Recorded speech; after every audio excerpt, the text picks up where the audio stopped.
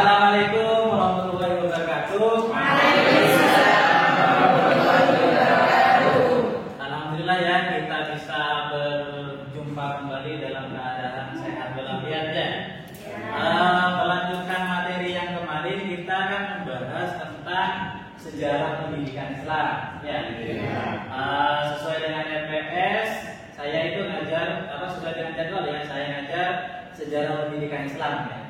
Yang mana kalau pertemuan kemarin kita sudah membahas ya pendidikan-pendidikan yang ada pada zaman sebelum lahirnya Nabi Muhammad. Lah, ketika Nabi lahir ya, kemudian singkat ceritanya ketika usia 40 tahun, betul ya? 40 tahun ya? 40 atau 35? 40. Namanya siapa? Ya, jadi Nabi diangkat menjadi Nabi dan Rasul itu ketika usianya beliau itu berapa tahun? 40 tahun ya. Dan kemudian ketika Nabi menyendiri di salah satu buah apa namanya? Buah Hiro, buah Sur. Ayo. Buah Hiro ya. Maka turunlah ayat yang pertama kali, yaitu surat Al-Fatihah. Al-Fatihah apa lala? Jadi ayat yang pertama kali turun itu adalah surat Al-Fatihah. Surat Al-Fatihah itu yang memang di Al-Quran itu ada di depan, tapi yang pertama kali turun itu bukan itu ya. Paham ya? Karena tadi ada yang jawab, surat apa yang pertama kali turun? Al-Fatihah. Berarti tidak belajar sejarah ya? Nah, kemudian ketika ayat itu diturunkan, yang disampaikan kepada Nabi Muhammad, maka itu otomatis harus apa? Harus disampaikan kepada umat manusia. Maka kemudian oleh Nabi ayat itu disampaikan kepada istri beliau. Siapa? Siti Khadijah. Kemudian kepada sahabatnya, kepada sahabat-sahabat Nabi. Salah satunya itu adalah Sayyidina Ali dan sahabat-sahabat yang lain. Ketika periode awal Nabi Muhammad itu menggunakan dakwah secara sembunyi-sembunyi, ya, atau sirriyah. Kenapa sembunyi-sembunyi? Karena Islam itu adalah agama baru dan agama itu bertentangan dengan agama pendahulunya. Karena sebelum Islam itu lahir, di sana sudah muncul agama multi Tuhan. Ya, ada Tuhan, apa namanya? Ada yang menyembah berhala, kemudian ada yang menyembah gunung dan lain sebagainya. Sedangkan misi dari Nabi Muhammad itu kan Tuhannya satu, esa. Maka kemudian Nabi dakwahnya itu secara sembunyi-sembunyi atau sirriyah dakwah. Nah, kemudian ketika turun ayat yang selanjutnya, ini singkat ceritanya ya.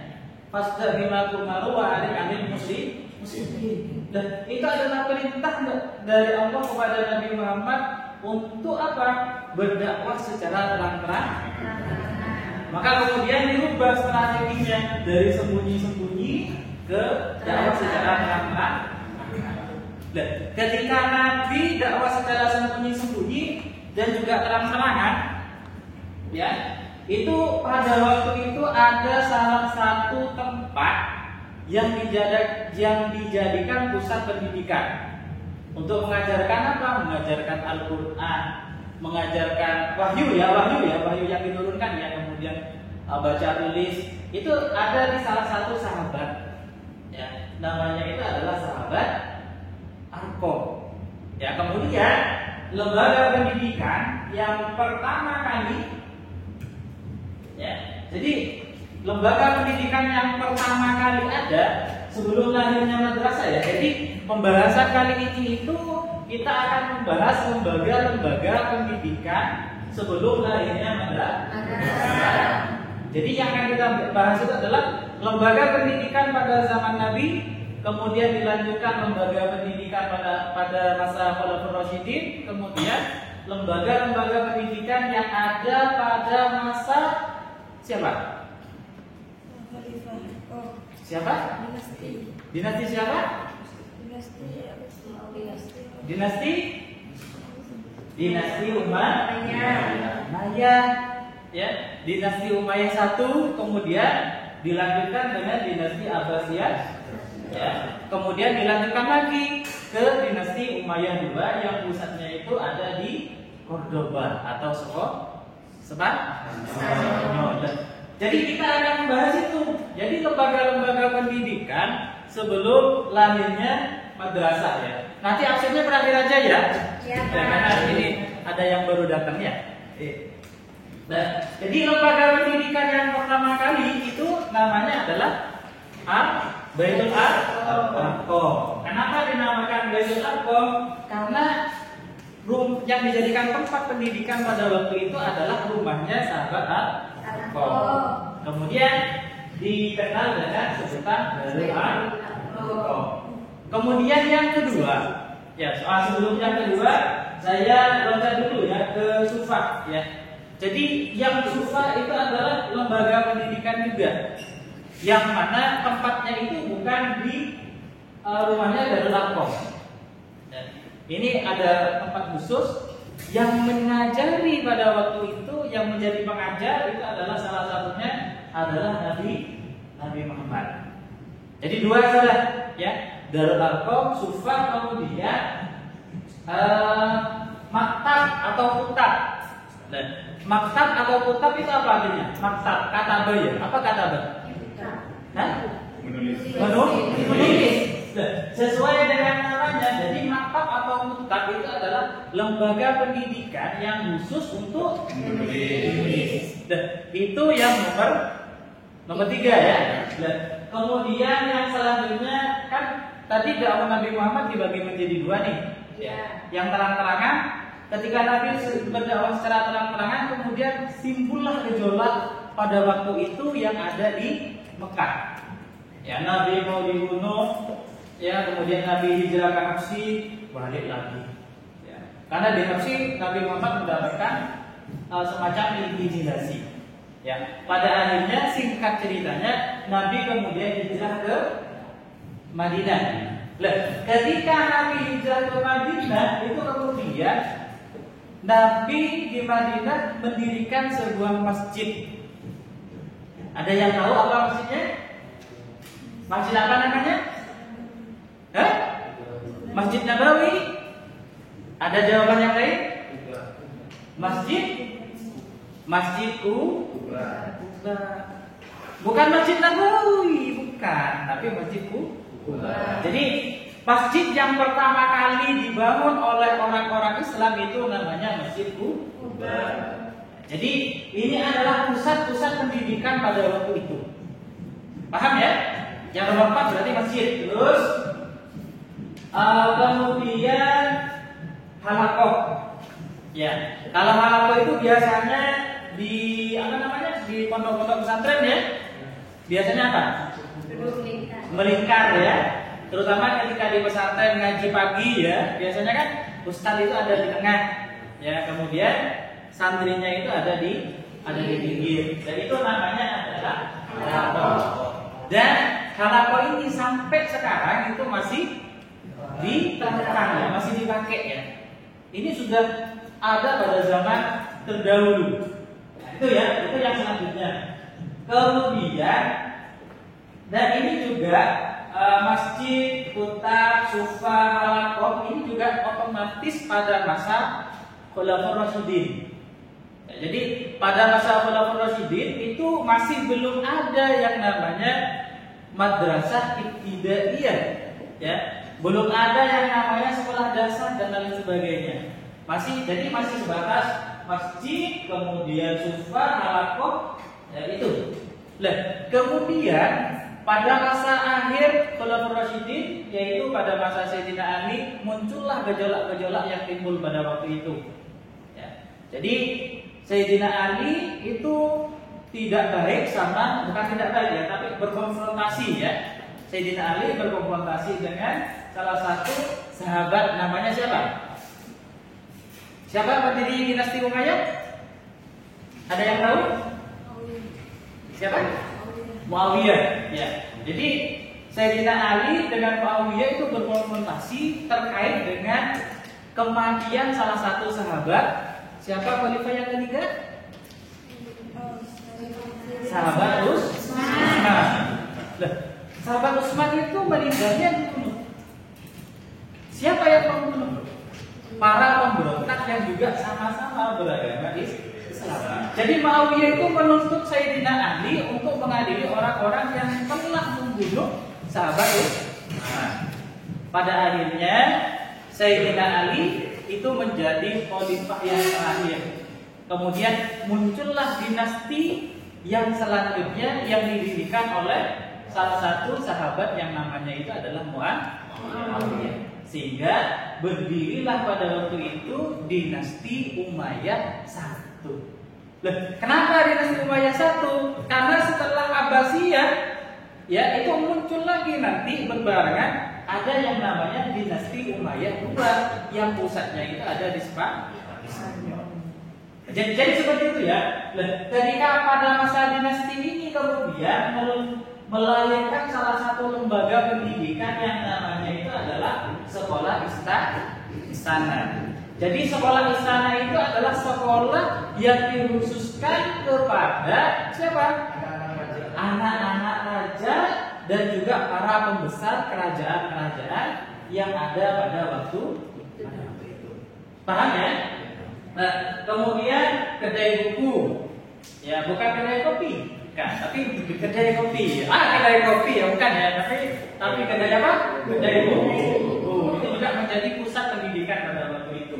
Kemudian toko-toko buku, ya itu juga menjadi pusat pendidikan. Kemudian ada perpustakaan, ya karena pada masa Harun al-Rasyid, Al-Ma'mun itu kan masuk dalam golden eranya. Jadi Islam itu mencapai puncak kejayaan pada masa Harun, salah satunya ya Harun al-Rasyid, Al-Ma'mun ya. Itu adalah golden eranya. Kemudian yang selanjutnya itu adalah rumah sakit. Jadi rumah sakit itu selain sebagai tempatnya orang sakit, ya rumah sakit itu juga berfungsi sebagai tempat pendidikan bagi para dokter. Jadi seperti itu ya, adik-adik ya.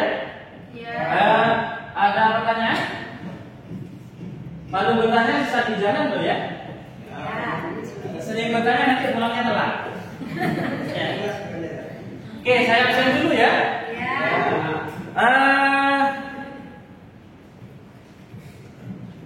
Alfia? Ya. Ada? Oke. Terus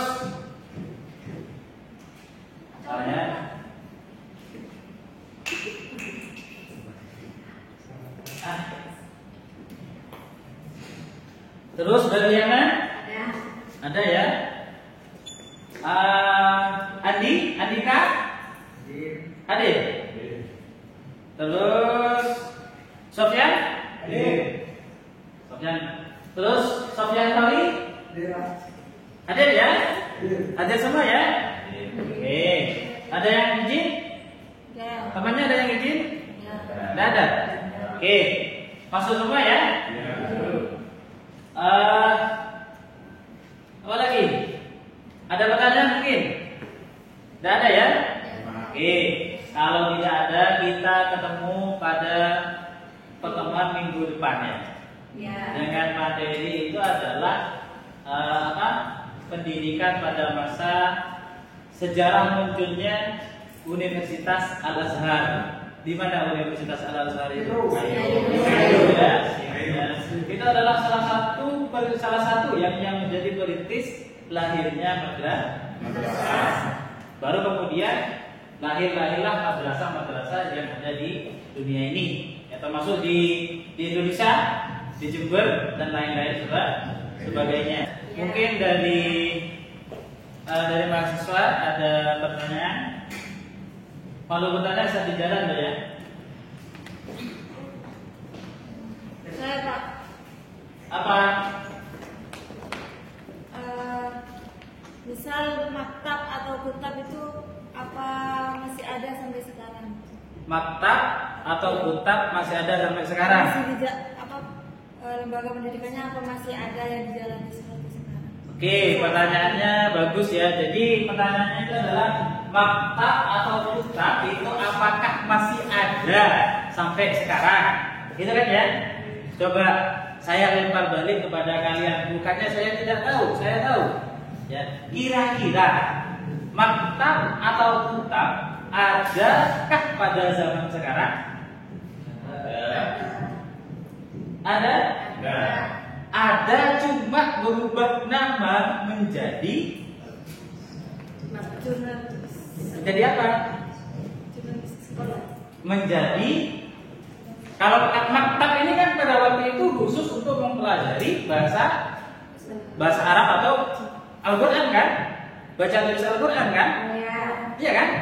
Dan sekarang ini namanya berubah, bukan maktab lagi, tapi berubah menjadi, bisa berubah menjadi madrasah diniyah. Terutama yang masih anak-anak kecil itu kan biasanya belajar nulis. Ya, itu kalau yang lembaga pendidikan non formal. Kalau lembaga pendidikan formal seperti apa? Ayo seperti apa? Wah, SD sudah. SD itu biasanya sudah. Iya, nah salah satunya itu adalah RA.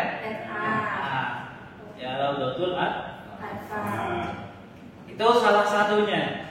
Ya, jadi maktab atau kutab, kalau pertanyaan apakah ada sampai sekarang, ya, kalau maktab dan kutabnya tidak ada. Tapi kalau nama lainnya itu ada. Salah satunya adalah kalau di lembaga non formal itu adalah madrasah diniyah. Ya, terutama yang masih anak-anak yang masih kelas 1 ya. Kemudian kalau di lembaga formal itu ada ada RA, kemudian ada PAUD ya. Jadi di sana kan belajar menulis nih anak-anak itu ya, A, B, C dan lain sebagainya. Biasanya di RA. Kalau RA itu kan berimbang ya, menulis abjad apa namanya bahasa Indonesia ya, kemudian juga A. Jadi ada sampai pada zaman sekarang, cuma berubah nama menjadi Madi, dan kalau di lembaga formal itu adalah RA. Gitu ya, paham ya? Oke, terima kasih pertanyaannya. Saya cukupkan saja. Sofyan? Sofyan. Terus Sofyan Fahmi? Adit ya? Adit semua ya? Oke. Demikian dari saya. Kurang lebihnya saya mohon maaf. Assalamualaikum warahmatullahi wabarakatuh.